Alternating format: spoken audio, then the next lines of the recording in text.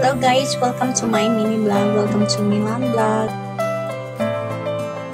Bago ko gawin lahat ng gawain ko sa maghapon, ako'y nananalangin muna. Siyempre, huwag muna natin kalimutan mag-toothbrush para naman mabango yung hininga natin para pag gising na ng mga amo, hindi mabaho yung hininga natin.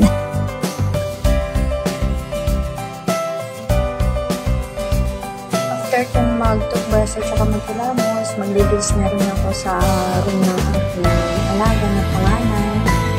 Then after ko naman maglinis sa room ng panganay, ako naman naglilinis sa room ng aking mga apo. Yan, mabilis lang yan. Mabilis lang naman ang paglilinis lang makapagsanay ka na ganun.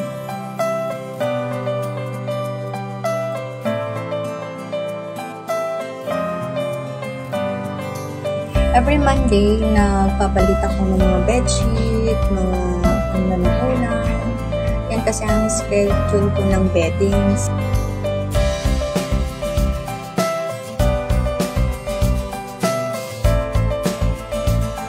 And after, piniprepare ko ng mga labahin ko.